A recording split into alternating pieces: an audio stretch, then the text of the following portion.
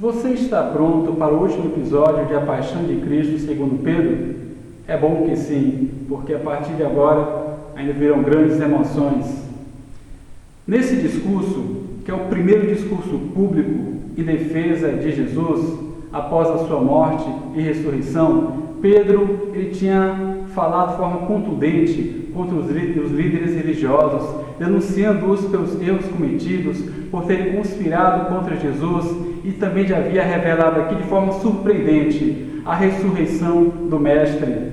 Pedro, aqui em seu discurso, ele estava determinado a não afundar, como afundou daquela vez lá no Mar da Galileia, onde estava indo ao encontro de Jesus, mas por falta de fé ele afundou. Pedro também dessa vez, ele não iria negar Jesus, mas sim ele cumpriria a sua missão. Ele agradaria a Deus de forma completa, porque Pedro tinha consciência de que ele precisava acertar. Pedro tinha consciência da importância daquele dia, da importância daquelas palavras que o Espírito Santo estava lhes confiando. Eles tinham que prosseguir. O muro de mentiras erguido pelos adversários de Jesus estava sendo demolido por Pedro na força e direção do Espírito Santo.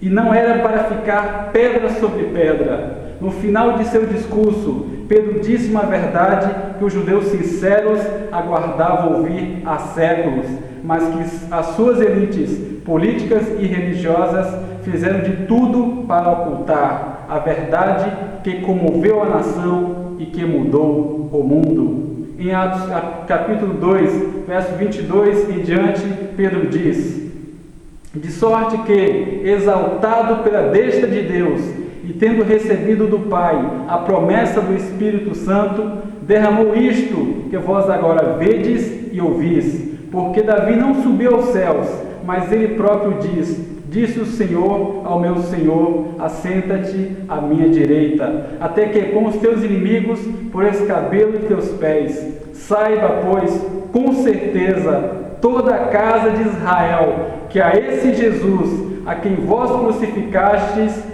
Deus o fez Senhor e Cristo. Então o povo, quando ouviu essa informação de que aquele Jesus, que eles, incitados pelos fariseus, pelos membros do Sinédrio, que eles haviam matado, que esse Jesus era o Messias prometido, que eles esperavam há séculos, quando eles descobriram isso, que haviam matado um inocente, aprovado por Deus, um enviado do céu, que havia sido ressuscitado pelo Todo-Poderoso, e que era o Cristo tão esperado, ao encontrarem-se, meu amigo que está acompanhando esta série, ao encontrarem-se com tamanha verdade, e se perceberem como foram tão incrédulos e perversos, diz a palavra que os judeus ficaram desesperados. Quando ouviram isso, ficaram aflitos em seu coração. Atos 2:37. Completamente perdidos e sem saber o que fazer, eles perguntaram a Pedro e aos outros apóstolos: irmãos, que faremos? Que situação! Eles estavam corroídos de remorso. Haveria uma cura para tão grande mal? Encontraria o povo uma solução para tamanho erro? Todos os 12 apóstolos estavam cercados por pessoas aflitas que desejavam do mais fundo do seu coração se livrarem das suas culpas em busca de uma chance de consertarem os seus erros. E neste momento, Pedro transmitiu a mensagem libertadora. Pedro respondeu: arrependam-se e cada um de vocês seja batizado em nome de Jesus Cristo para perdão dos pecados e receberão o dom do Espírito Santo, pois a promessa é para vocês, para os seus filhos e para todos os que estão longe, para todos os quantos o Senhor, o nosso Deus, chamar. Atos 2, 38 e 39. O Espírito Santo foi objetivo e Pedro certeiro no atendimento da mais urgente necessidade das pessoas. Arrependam-se, Atos 2:38. Foi a palavra que deu ao povo a chance de consertar o seu erro, a esperança de poderem reavaliar a sua relação com Jesus e pôr um fim à aflição de terem tratado tão mal o Salvador. A mensagem de Deus, transmitida por Pedro, foi surpreendentemente, inteiramente desprovida de qualquer ressentimento. Os israelitas, desesperados em torno de Pedro e dos apóstolos pelo que haviam feito a Jesus, tiveram seus corações afagados, acalentados por Deus quando ouviram, pois a promessa é para vocês, para os seus filhos e para todos os que estão longe, para todos os quantos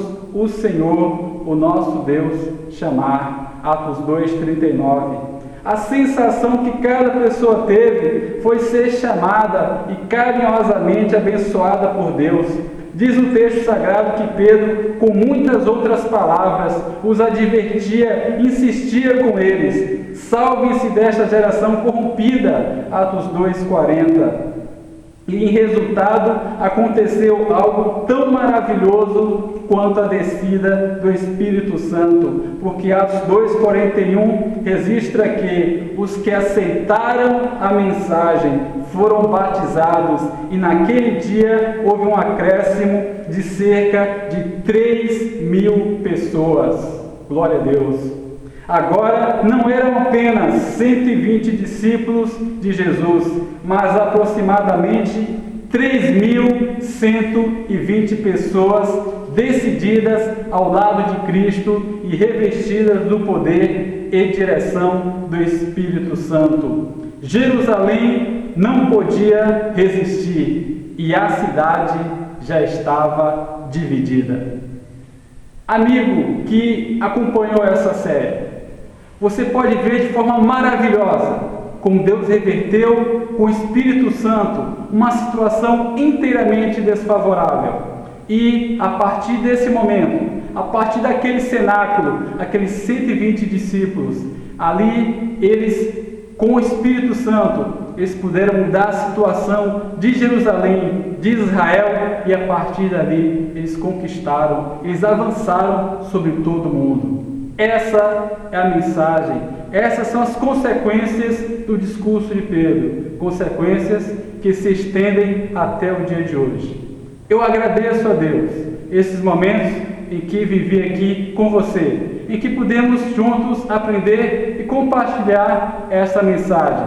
E eu tenho certeza que o Espírito Santo, o mesmo Espírito Santo que usou a Pedro há 2000 anos atrás, o mesmo Espírito Santo que convenceu aqueles milhares de Jerusalém, ele também pode falar profundamente ao teu coração. Muito obrigado pela atenção e que Deus te abençoe.